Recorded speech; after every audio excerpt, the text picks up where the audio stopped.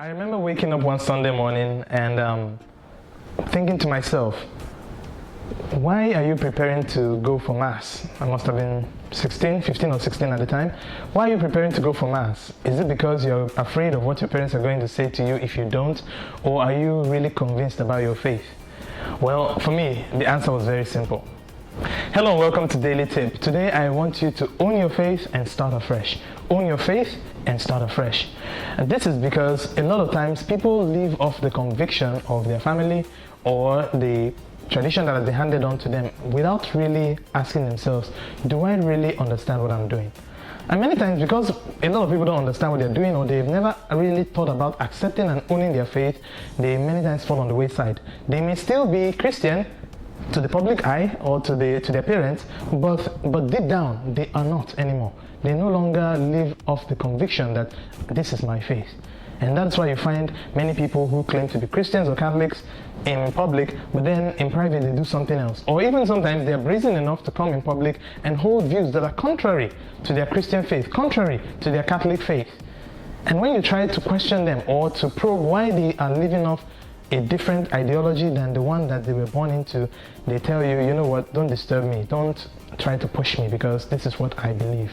And they're right, because they were never really convinced about what they were living out before. So what are the steps that you must take in order to really be convinced about your own faith? Number one, you must realize the words of Jesus Christ in Matthew chapter 9 verse 27, that new wine has to be poured in new skin. The new wine of your conviction has to be put into the new skin of your faith. The new wine of your conviction has to be poured into the new skin of your faith. So you have to own your faith. The second one is that you have to daily try to understand what you're doing.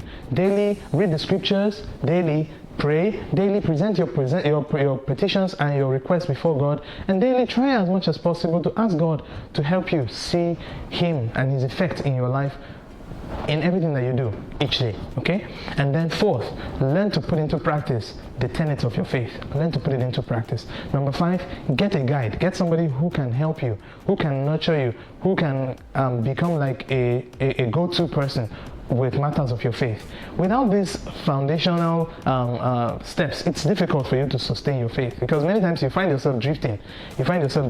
And when troubles come, when traumas come, when difficult moments come, you are not able to hold on because there is nothing, there's no foundation on which to stand. And then you start to sink. And before long, you start saying, you know what, my faith is useless. It never helped me. It has never been of help to me.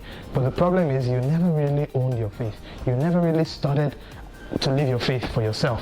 You basically were relying on an old foundation that was not yours.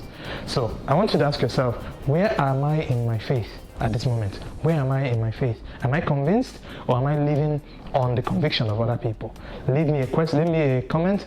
If you have any questions, feel free to ask me. Feel free to request that I pray with you over something that you're going through. And I know, because we are all together in this, God's grace will be tipped in your favor today.